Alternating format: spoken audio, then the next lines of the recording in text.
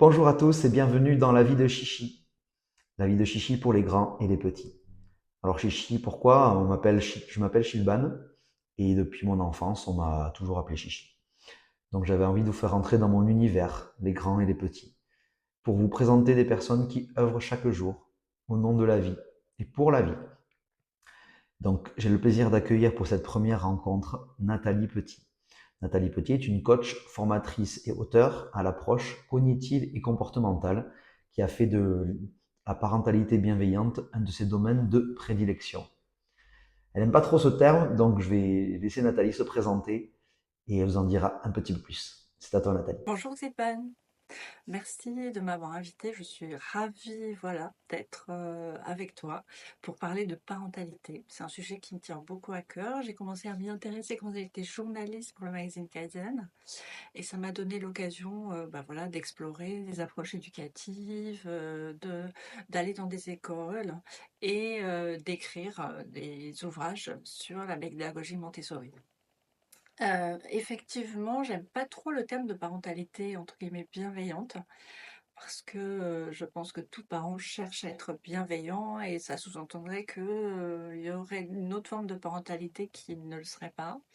Donc, j'aime bien le terme de parentalité, on va dire, consciente, puisque là, ça sous-entend de mettre de la conscience, sur, nos comportements en fait. Voilà. C'est pour moi un sujet vraiment essentiel, la parentalité, puisque bah oui, nos enfants, c'est vraiment le futur. Et si on veut construire un monde meilleur, bah, ça passe par un changement de rapport entre nous, les adultes et nos enfants. Et d'ailleurs, c'était vraiment ça, une des grandes causes de Maria Montessori, qui était une grande militante de la paix. Donc c'est peu connu, mais Maria Montessori a été nommée plusieurs fois au prix Nobel de la paix. Et elle avait vraiment cette grande conviction, parce qu'elle a mesuré dans ses recherches, dans ses travaux, dans ses découvertes, que eh ben, si on, en changeant, en fait, si on voulait restaurer la paix dans le monde, il fallait commencer par instaurer d'autres rapports entre les parents et les enfants et mettre fin, quelque part, à ce rapport de domination, entre guillemets, de la pensée et de la vision de l'adulte sur l'enfant. Voilà. Merci Nathalie. Eh bien justement, tu nous parles de Maria Montessori, donc est-ce que tu peux nous en dire un petit peu plus sur ce qu'est la méthode Montessori ou ce qu'elle n'est pas? Car je trouve qu'il y a encore beaucoup de personnes qui font des amalgames, moi je m'en rends compte dans mes accompagnements ou à l'école. Donc si tu peux, est-ce que tu peux nous faire un petit rappel? Merci. Justement, la méthode Montessori, c'est surtout une manière pour nos parents de se comporter avec l'enfant, pour l'accompagner dans le développement des compétences qu'il est en train d'acquérir. On a souvent ou parfois l'image de la méthode Montessori comme une approche élitiste parce que les écoles, voilà, sont généralement assez onéreuses, ou l'image de la méthode Montessori comme de certains jeux ou activités avec certains matériels.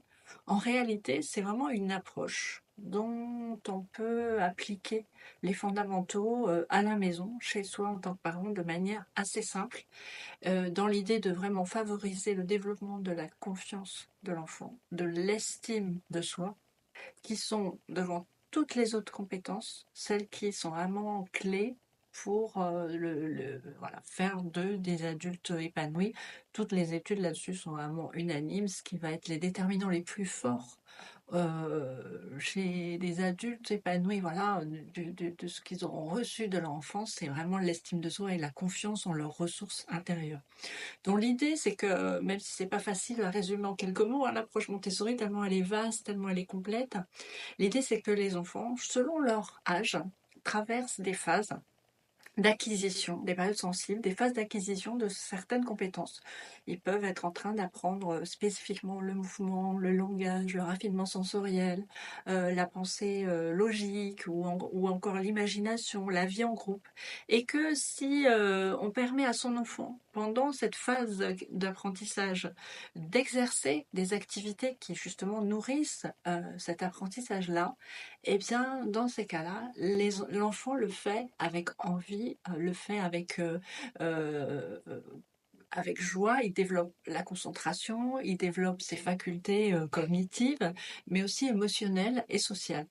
Et on sait là que vraiment les enfants qui ont pu bénéficier d'une approche Montessori au primaire pendant leur jeune âge, eh ben, ont tendance à développer de meilleures capacités cognitives, des comportements plus prosociaux, plus altruistes et ont un potentiel aussi de créativité voilà, supérieur. Merci Nathalie pour ces précisions, merci, merci. Alors, est-ce que tu pourrais justement donner quelques conseils aux parents qui nous regardent et qui chercheraient à mettre en place ces pratiques qu'on peut retrouver aussi dans tes livres? Donc voilà, est-ce que tu peux nous donner tes recommandations, tes quelques conseils? Merci. Les conseils que je pourrais donner aux parents et qu'on retrouve dans les livres, ce serait déjà d'essayer, c'est pas facile, de se retenir, nous, de juger les comportements de notre enfant à l'aune de nos conceptions, de nos croyances, de nos interprétations, mais d'essayer plus de les observer. Dans un premier temps, d'être observateur. Parce que dans les comportements de l'enfant, même dans ceux que on juge parfois de bêtises, en fait, il est en train de nous donner des informations précieuses sur ce qu'il est en train d'apprendre. Je prends quelques exemples. Si par exemple, vous avez votre enfant qui se met à sauter debout sur le canapé, voilà, euh, ben, il est en train de dire qu'effectivement, il a un besoin énorme de mouvement, de, de, de mettre son corps en exercice, de faire des activités et proposons-lui un parcours de motricité, par exemple dans la maison ou dans le jardin. C'est assez facile finalement chez soi d'organiser les choses pour vraiment en faire un jeu, un défi. C'est un vrai parcours de motricité où il faudra grimper sur un truc, passer dans un tunnel, marcher sur une ligne, etc. Voilà, ça peut être un exemple. Si votre enfant se met à taper sur des casseroles, eh ben, il est peut-être en train d'apprendre effectivement certaines choses au niveau du son, au niveau de l'envie d'essayer des instruments. Donc on va jouer avec des maracas, on va fabriquer un tambour plutôt maison, vous voyez, et puis donner un cadre à tout ça. Si vous le voyez dans la nature ramasser des feuilles, est-ce qu'il s'intéresse? Est-ce que c'est quelque chose? S'il fait pas ça par hasard en fait. Donc on va essayer de retour à la maison, de lui proposer des cartes de nomenclature, des images plastifiées avec les feuilles, les arbres, pour nourrir en fait l'intérêt qu'il a manifesté en fait pour cette activité-là. Donc voilà, ça c'est vraiment un des premiers conseils pratiques, c'est essayer d'observer en ayant conscience que c'est pas par hasard qu'il a ce comportement-là et qu'il est en train de nous donner une information sur ce qu'on peut lui proposer. Autre conseil très très pratique chez Montessori, ça va être vraiment autant qu'on peut de miser sur proposer à l'enfant des activités qui exercent sa motricité fine, voilà, qui exercent le mouvement, qui exercent des activités manuelles, parce qu'aujourd'hui entre les écrans, les activités, voilà, on peut dire qu'il y a de moins en moins d'activités manuelles. Or, c'est vraiment par ses mains, c'est vraiment au travers des activités manuelles et au travers des mouvements du corps que vraiment la pensée même de l'enfant se développe. Ça, on le sait aujourd'hui au travers des neurosciences. Le mouvement, la motricité fine, c'est ce qui développe les facultés mentales les plus raffinées, j'allais dire. Donc, c'est des choses aussi simples que appareiller des boîtes à sons, des boîtes d'odeurs, c'est des versets, ces activités-là Montessori qui sont assez connues et qu'on peut faire dès le plus jeune âge. Après, quand l'enfant grandit, on va trouver d'autres types d'activités, voilà, manuelles, motrices à faire, dans tout ce qui est des activités artistiques, des activités encadrées qui sont super aussi en termes de collectif. Passer du temps dans la nature, c'est un fondamental de l'aspect Montessori. Donc là, c'est plutôt à nous d'initier, d'aller faire aussi avec notre enfant des activités en nature. La nature, vraiment, ça sociabilise, hein. C'est quelque chose aujourd'hui, voilà, on n'a pas de doute avec ça. Et pour être synthétique, c'est aussi, parce que ce qui me tient à cœur chez Montessori, c'est cette notion de fermeté bienveillante, c'est-à-dire ni permissif ni autoritaire, parce que l'enfant a besoin pour se construire de repères structurants. Donc chez le tout petit, ça va se manifester par des routines. Quand je dis des routines, c'est vraiment quelque chose sur lequel il peut s'appuyer, c'est que tous les matins, on va lui donner le bain de la même façon, on va enchaîner avec après l'habiller, en commençant toujours par exemple par le pied droit, puis le pied gauche, et on va enchaîner comme ça des activités, se laver les dents, etc., qui sont bien organisées, qui peuvent être affichées d'ailleurs. Tout ça, c'est vraiment structurant et ça l'aide énormément. Et chez le préado, chez l'ado, ces repères structurants, c'est les limites en fait. Donc là, on va vraiment poser des limites avec des conséquences lorsque les limites ne sont pas respectées. Et voilà, donc c'est cette notion aussi qui est importante chez Montessori, où des fois on a parfois l'image d'une pédagogie qui serait laxiste, c'est pas du tout le cas en fait, c'est vraiment, il y a des limites et des règles à respecter et avec des conséquences si elles ne le sont pas. Un dernier conseil que je pourrais dire, parce que vraiment j'ai trouvé que c'était aussi super de le voir comme ça et d'avoir cette approche envers l'enfant, parce que nous, des fois, en tant qu'adultes, on a certaines intelligences qui sont plus développées que d'autres. Et on a parfois du mal à du coup proposer à nos enfants des activités qui les aident à développer toutes leurs intelligences à eux. Si moi j'ai une intelligence logico-mathématique, je vais pas avoir d'instinct l'idée de lui proposer de découvrir des formes avec, je sais pas moi, de la pâte à modeler avec des cartes, voilà, pour repérer, identifier, ou dans la nature, d'aller chercher des formes. Donc je vous ai pris un petit exemple pour stimuler toutes les intelligences. Imaginons que vous justement vous voulez découvrir à votre enfant la forme ronde. Eh ben, vous pouvez lui proposer effectivement de la pâte à modeler pour sculpter un rond. Vous pouvez lui raconter l'histoire de Roule-Galette. On peut faire une ronde à plusieurs, voilà, tous les membres de la famille. On peut aller chercher dans la nature où est-ce qu'on va trouver des formes rondes.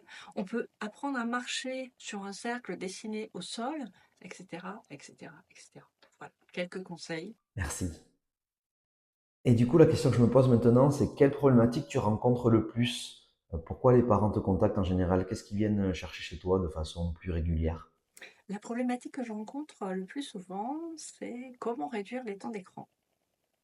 Et là, la réponse que j'ai, c'est souvent la même, en priorité, c'est déjà d'agir toujours à nouveau sur nous pour agir sur le levier qui est le plus fort sur cette notion d'écran, c'est notre exemplarité. C'est-à-dire que si déjà nous, euh, à la maison, on est captivé par nos écrans nous-mêmes, ça va être très difficile d'amener nos enfants à faire autrement. Déjà qu'ils sont sollicités, que les écrans sont hyper attractifs pour eux. Donc, un parent sur deux aujourd'hui reconnaît qu'il est souvent distrait dans ses échanges avec ses enfants par son téléphone portable. Donc, j'allais dire que le premier truc, c'est nous, de se poser sur nous, nos comportements et de dire, bah tiens, là, peut-être de retour à la maison, à quel moment je laisse le portable de côté. Peut-être le soir, à partir d'une heure, on éteint le Wi-Fi. On se donne, bah, par exemple, allez, une ou deux journées par mois en famille qui sont des journées off, où on éteint tous les écrans et qu'est-ce qu'on fait ensemble. Voilà, ça va être ce premier facteur-là. Après, on va revenir sur un peu ce que j'ai dit tout à l'heure, c'est-à-dire se repencher sur quel âge a mon enfant, quels sont les, dans quelle période sensible il est, quelles sont les choses, les compétences, les apprentissages qu'il est en train de vivre en ce moment, et comment je peux essayer de tirer un fil d'une passion chez lui pour l'amener à faire des choses concrètes, à aller vers les autres, ou à certaines activités. Donc, bah, si par exemple, je perçois que c'est les étoiles, l'astronomie qui le passionne, ben, on va lui proposer pas seulement, pas forcément d'aller dans un musée, mais d'aller rencontrer, d'essayer, qu'est-ce qu'on pourrait faire pour rencontrer voilà, un chercheur ou quelqu'un qui est dans l'astronomie. Qu'est-ce qu'on pourrait créer? Qu'est-ce qu'on pourrait faire pour aller observer peut-être plus là, aller dans un observatoire des étoiles, essayer de tirer le fil de toutes les façons dont on va pouvoir nourrir cette passion par des activités concrètes.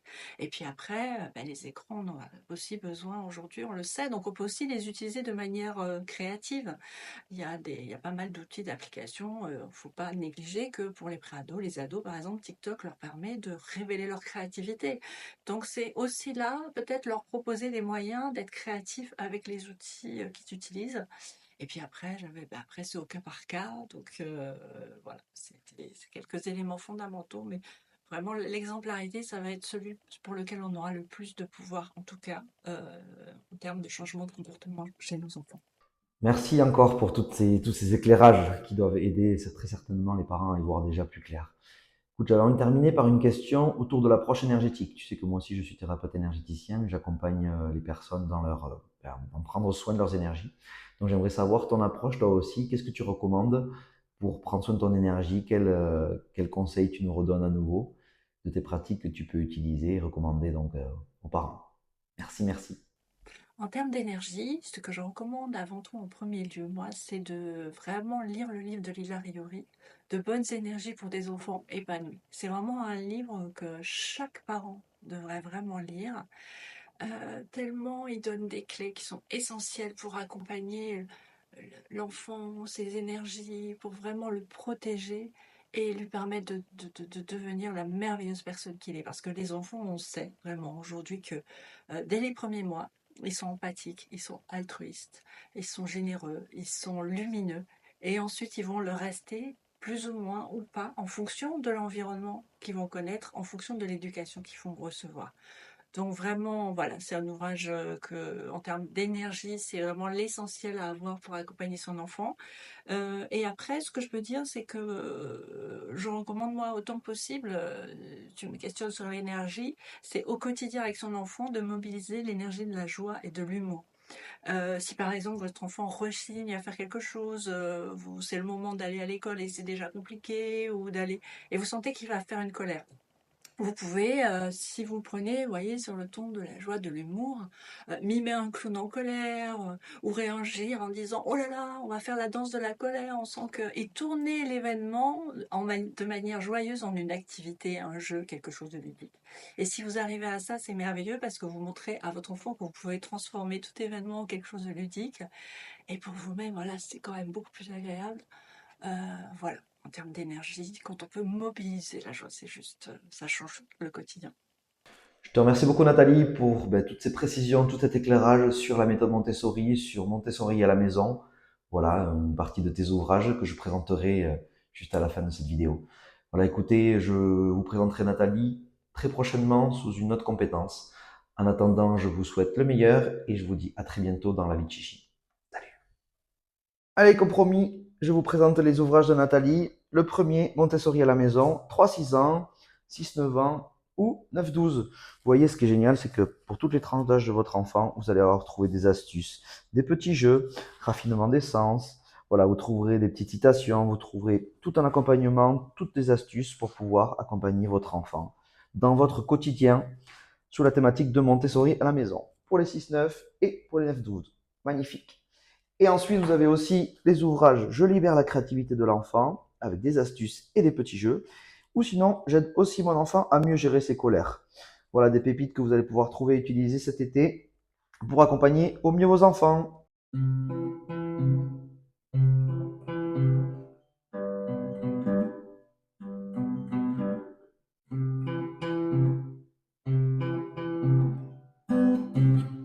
La vie de Chichi pour les grands et les petits.